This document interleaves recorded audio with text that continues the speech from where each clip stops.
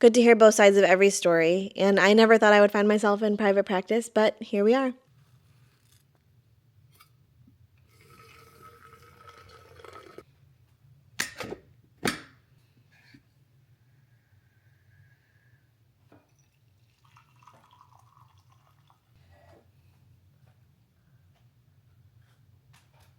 Good morning, everybody. I hope you all have your beverage of choice.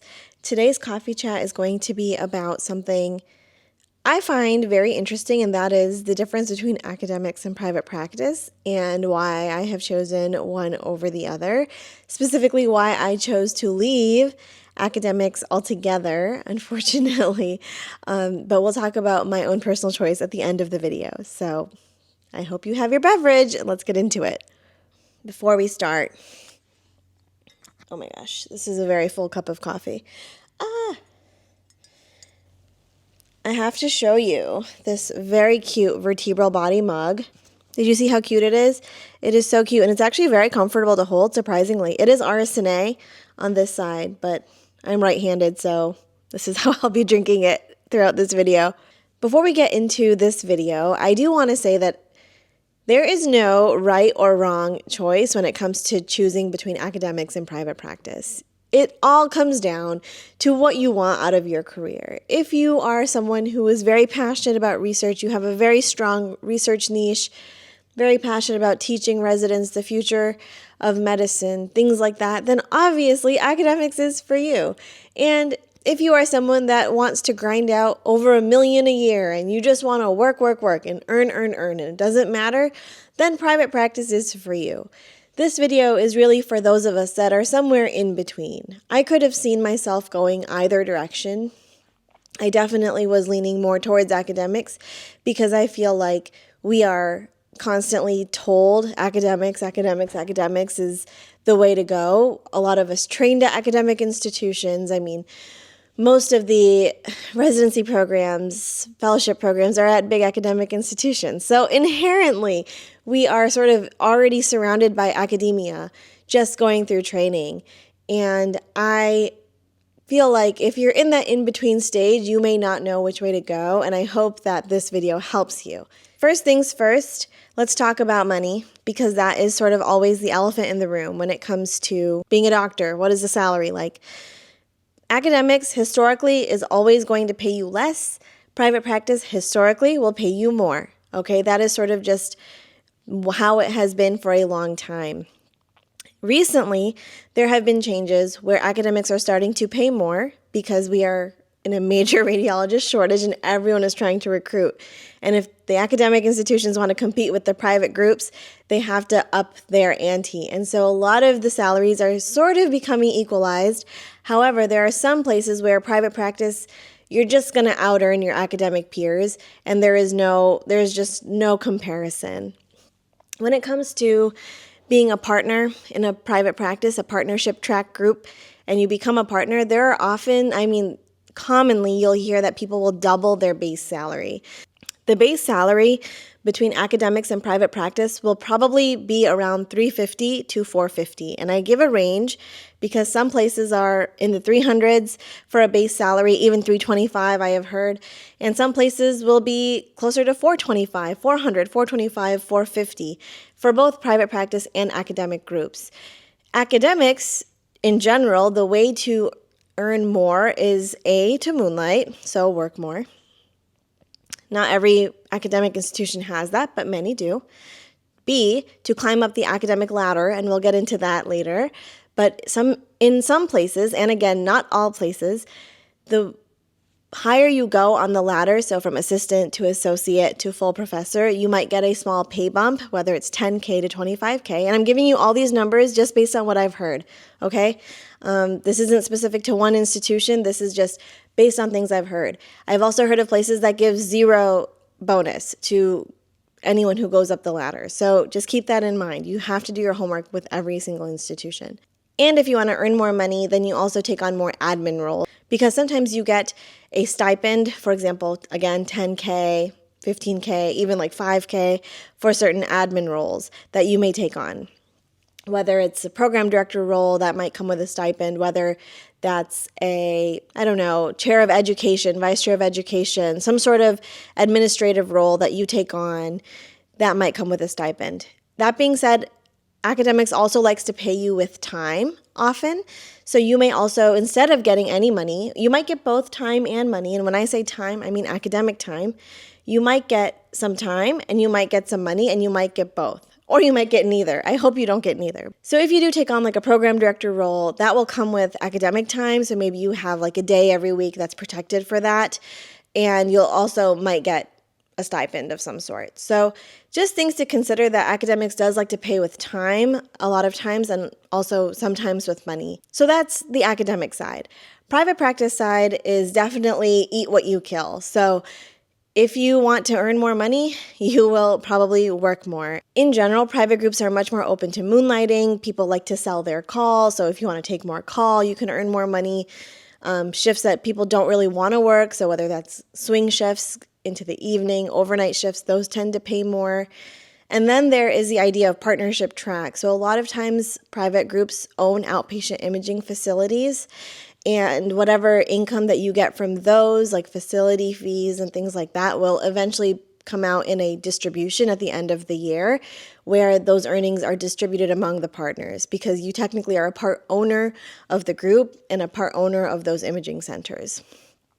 So if your group owns an imaging center or you own a building and you're leasing it out, like all of those profits will somehow make their way into your bonus at the end of the year, or whatever distribution situation that your practice has. As I mentioned earlier, a lot of times that bonus can be equal to what your base salary is. So they are not small amounts of money. Keep in mind that in private groups, sometimes there is a buy-in. So that means maybe for the first 3 years, 5 years, your bonus will just go back into the group as your buy-in. And sometimes you don't have a buy-in and you can just get that bonus right away. So a lot of homework that you have to do when you are joining a group. But if you really are looking for money specifically, private practice is probably the way to go. The next thing I want to talk about is just what your day-to-day life will look like in both academics and private practice. Private practice is sort of straightforward. You come in, you do your work, you leave.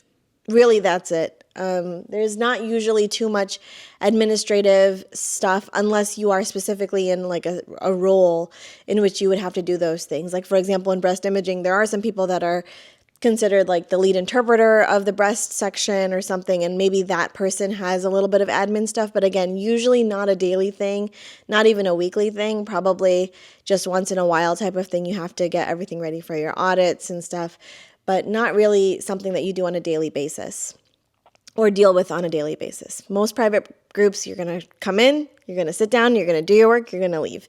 Academics is much different. Academics will involve doing research. If you are someone who's into research or you want to get involved with research, you will be teaching. I mean, a big part of your practice most likely will have to do with teaching residents, fellows, even medical students. And so you might have trainees in your reading room who you are, reading out cases with, or doing any sort of activities, preparing conference, things like that. And you'll probably be spending a lot of your time doing committee work. So as I mentioned, in academics, you're very encouraged to join a lot of committees to sort of bring the institution forward. And also, in case you want more academic time, or if you want a higher stipend for those things, like you're encouraged to take on these leadership roles. And in order to get to those leadership roles, you do have to sit on a variety of committees. So whether that's an admissions committee for something, whether that's an education committee, wellness committee, diversity, there are hundreds of committees that you could set, quality and improvement. I mean, there are so many different committees that you could be on. And a lot of those committees, most likely you'll be part of multiple, and they all have meetings. So you might meet quarterly, you might meet monthly. I mean, if you're working on a project, you might have to meet even more often, like while you are trying to submit your grant or anything like that. So keep in mind that your day-to-day work in academics is going to be a lot of collaboration. It's going to be a lot of committee meetings. It's going to be a lot of teaching, which I love. I love teaching, and a lot of like maybe setting aside time to do research. Now, as I mentioned, you get paid with time in academics a lot of times. You end up with a day, maybe 2 days. So you will have some time set aside for those meetings. However, keep in mind that everybody at that institution will have probably academic time. And many times, not everybody's academic time is going to be on the same day. So you might end up having to leave the reading room and leave your clinical work to finish up on all of these other tasks, and then you reemerge and you end up doing a lot of the readouts and everything in a more compressed fashion. That's at least what I found. So you're still doing all your clinical work, and then you're also on top of that doing administrative work. So that's just a different practice between private practice and academics. Your days just look a lot different. There's a lot more variety in academics, which people really enjoy. I will definitely agree that there is just a lot more going on. So that's academics versus private practice, sort of a day in the life. Let's talk about the next thing, which is volume. Historically, I'm going to use that word a lot because things have changed. Things have changed a lot in radiology, but historically, volumes in academics was a lot lower than volume in private practice. I mean, private practice stereotypically is known to just churn. Basically, just a lot of pressure to get out as many cases as possible, to read as many scans as possible. And historically, academics is known to be more slower paced, more relaxed, more time for teaching in the reading room, and things like that.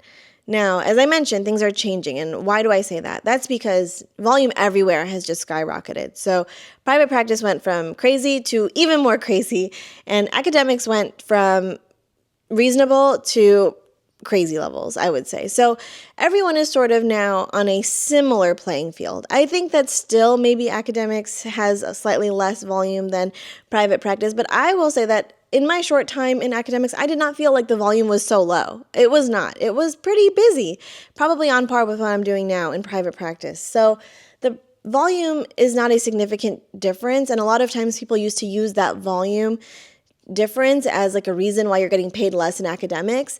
But nowadays, the volume is very similar. Again, unless you're in a crazy private practice that's very understaffed and you really are just working all day and all night to get the numbers out, like you're probably not going to be doing that in academics. You probably will be slightly more protected, but the volume day to day is probably very similar. And that being said, the cases that come through academics tend to be much more complicated because academic centers tend to be tertiary referral centers, tertiary care. You know, everyone is coming there. They have maybe a large catchment area.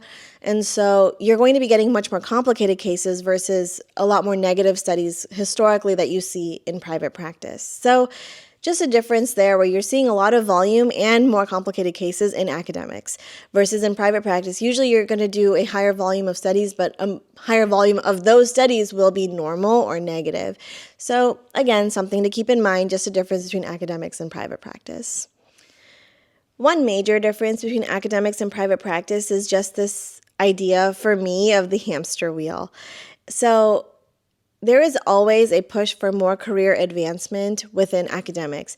In private practice, you may be trying to become a partner, and that's sort of an end goal. Once you become partner, beyond that, I mean, you could become like the chairman of your practice, but usually it's not like you are continuing to try to prove yourself. And for me personally, I found academics, which again, I wanted to do academics. That was like the first thing that I did. I found it to be a continuation of like everything that I'd already been doing in training. So like, you know, you go to college, then you want to get into med school. Once you get into med school, you want to go into residency. Once you get into a residency, you have to get into a good fellowship. Once you get into a good fellowship, you want to find a good job. And it was just like this idea of like having to do more, lots of projects, things to put on your CV, join committees. And like, again, I still enjoy, like I am voluntarily on committees at this point. Like I am not saying that this is something that is a waste of time at all. However, the idea that like all of these things are done in order to advance your career or to like go up the ladder, for me, I actually found it like sort of mentally exhausting. But that is in academics, like that is the culture. You know, you are going to be meeting with your chairs, your department chairs, your division chiefs, talking about your CV, talking about how you can do the next thing, talking about how you can climb the ladder, getting more speaking engagements, giving grand rounds. Like that is your daily life, and that is what you will be doing. There are people that are in academics that just, quote, coast, who just stay assistant professor forever or associate professor forever. But that's not what I have found to be the average person. The average person really is trying to push to get more grants and more academic time and more stipends so that they can earn more money for their family and kind of climb the ladder in that way. So is different. Private practice, you just have sort of your end goal of maybe wanting to become a partner or maybe not. Like I'm an employee. I'm not a partnership track and I'm super happy. I only do the things that I want to do because I want to do them. Like I legitimately want to do them. I don't have an ulterior motive. I don't have any sort of end goal at this point aside from just wanting to feel fulfilled. So it's sort of like a different beast in the sense that I do think that academics does create that sort of hamster wheel feeling, and you really are always trying to add to your CV and do more. And if you find that fulfilling, then I think academics is a great place for you. And I think that if I had stayed in academics, I probably would have found it fulfilling. However, not having to do it is sort of a big relief and a big change and a mental shift that I actually did not see coming. So that's one thing. One thing I will touch on just here briefly is that of remote work. Remote work is definitely something that has been, I want to say, like championed by private groups. Teleradiology really was like a private practice type of thing in the past. Academic institutions are now starting to hire more remote readers just to try to keep up with the volume. However, private groups have honestly been doing it for longer. There is just less red tape in private practice. Like if you want to have a remote workstation, it's just easier to launch all of that versus in academics, you have a lot of IT issues. You have to like talk to a lot of different departments to make sure everyone's on board, get a lot of approvals for things like that. And so it's just slower paced. But nowadays, there are a lot of places that are giving out remote workstations, even in academics. But in private practice, like you can just sort of do it immediately. It's much faster. So if you want a remote job, you can look at both academics and private practice. However, I think that there will be more opportunities in private practice than academics for a remote job. Speaking of, I will give you one example since you have watched this far already. One example, I interviewed for an academic position at an institution for a remote job, and the volume that they asked me to read, because I was remote, but also it wasn't significantly different from someone on site, was really high. It was not like a academic type of job in the sense that there was low volume. So the idea that, again, academics is more chill, I think might soon be something of the past. I think now everyone will be expected to be reading a pretty solid volume every single day. Again, there are exceptions to every rule. There are definitely going to be places that are more chill and whatever, but in general, it's getting busier in all spaces right now. A lot of people will say that culture in academics versus culture in private practice is different. I don't think that that's necessarily true. I think that you will find good cultures and bad cultures in both private practice and academics. There are toxic private practices. There are toxic academic institutions. So I think that you just sort of have to ask around and sort of you'll find out about the truth about these places, or you will experience it, unfortunately, and you will realize like what a group really is like once you join. I hope that's not you, but that is something that happens and people leave. That's why people leave their jobs. In any case, I don't think that you can really say like, oh, well, academics is nicer or whatever, because there are, again, toxic academic places. And then there are private practices that are incredible, supportive, like very warm, very willing to like work with you about what you want. So yeah, the stereotype that private groups are like more toxic and academics are nicer, I don't think that that's true. I think you just have to tease out which ones are good and which ones are not good. I think that's fair. So finally, getting to why I decided to join private practice after some time in academics. Now, let's be fully transparent. I was in academics for about, 6 months or so? I wasn't in it for that long. Had I stayed for longer, I think that I would have a different worldview about it. I definitely would not necessarily have the same view that I have now. And my life situation also really affected like my decision making in a good way, in a positive way, right? Like it just, for that time of my life and for this time of my life, I think that academics was not the right solution. And that has nothing to do with where I was. It has nothing to do with anything else except for the fact that like my living situation, my childcare situation, and my work situation, they just did not end up being compatible. That's really all it came down to. But I will tell you some things that surprised me about academics. because yes, I also went into academics thinking that it would be a little bit more laid back than private practice. And I thought it would be a nice way to ease into my career. And I do still think that. I think that it's a very good way to ease into your career because you have good mentors. You have usually a very collegial group of people that you can go to. I mean, I assume if you're joining, a group, then that's why you're joining them, is because you like the people. And I loved the people that I worked with. And so that is one thing that I think you do miss in private practice a lot of times. Being in like a whole division of breast imagers, for example, like that was awesome. And I do miss that. What surprised me, though, was how much of your life academic medicine takes over. So I was like sort of in some administrative roles. Obviously, like I said, if I had stayed on for longer, I would have had more responsibilities and tasks. But I was shocked with, in fellowship, I was surprised, but I thought, I just thought that I was a fellow. So like I was supposed to be like doing all of these things. But in academics, I was really surprised with how much the attendings are really doing on the back end. Like sometimes as a trainee, your attendings leave and you don't know what they're doing. And you're like, I'm slogging away doing the list, right? But during that time that your attending is away, they are like on committee meetings, they're doing calls. They might be signing other reports that they have to re-review.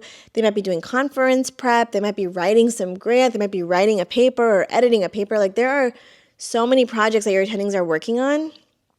And I didn't really like always realize that. And then I became an attending and I was like, oh my God, I have so much to do all the time. And it was hard. Even like a simple email, I mean, it requires like some activation energy to get that out. And it was hard. It was hard for me to like balance everything. I was working full time, by the way. And yeah, it was surprising. And I thought that full time for me was 4 days of clinical work and 1 day of academic time. And I thought that having that 1 day of academic time meant that I could use that day for like what I wanted to. Like, people use it for appointments or I don't know, like various things around the house I needed to get done. But honestly, like because it was my academic day, I was scheduling all of my committee meetings and everything I needed to get done for work on that day.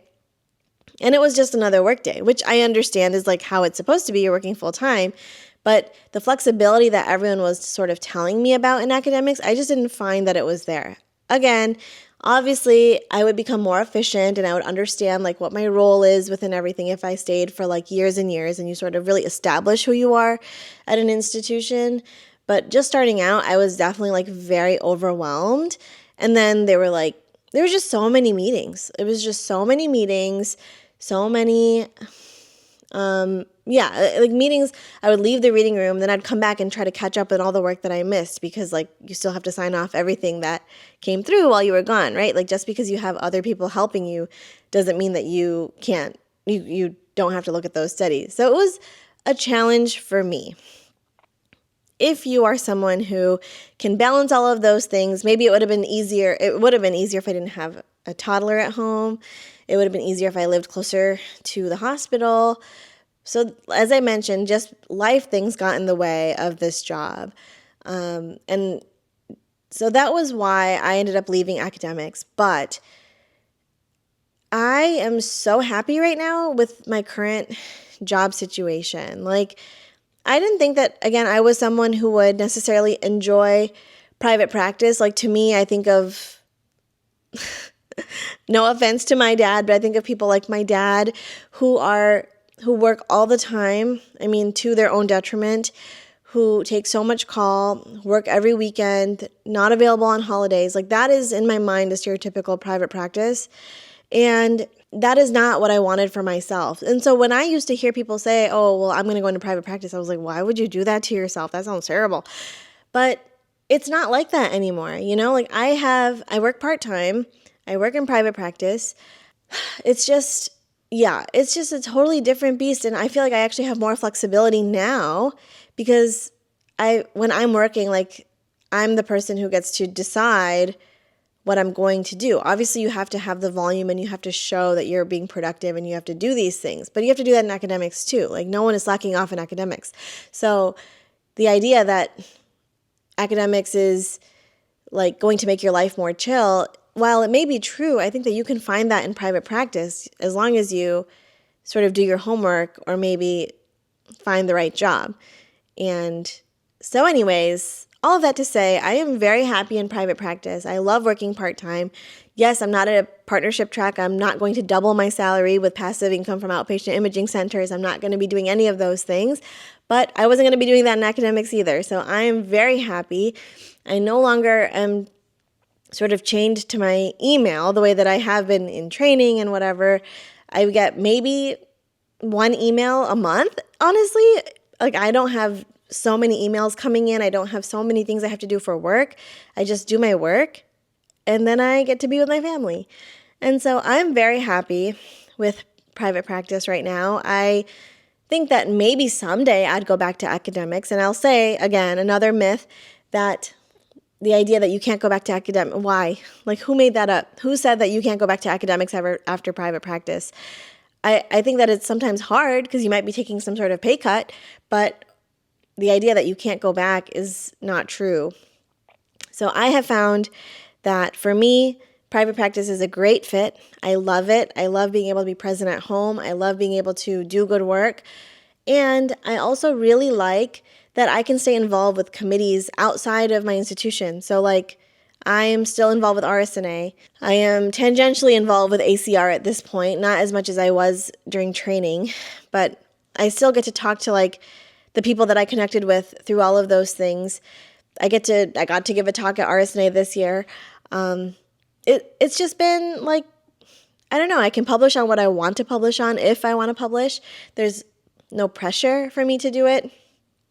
And it has felt really nice to just be able to like sort of slow down on that side, get to enjoy being home, get to enjoy being with my family, get to enjoy watching football on the weekend, and not think about like, you know, all of the pending to-do items that I have. So just a different perspective. I think as a female, a lot of times we are told that academics is kinder to women.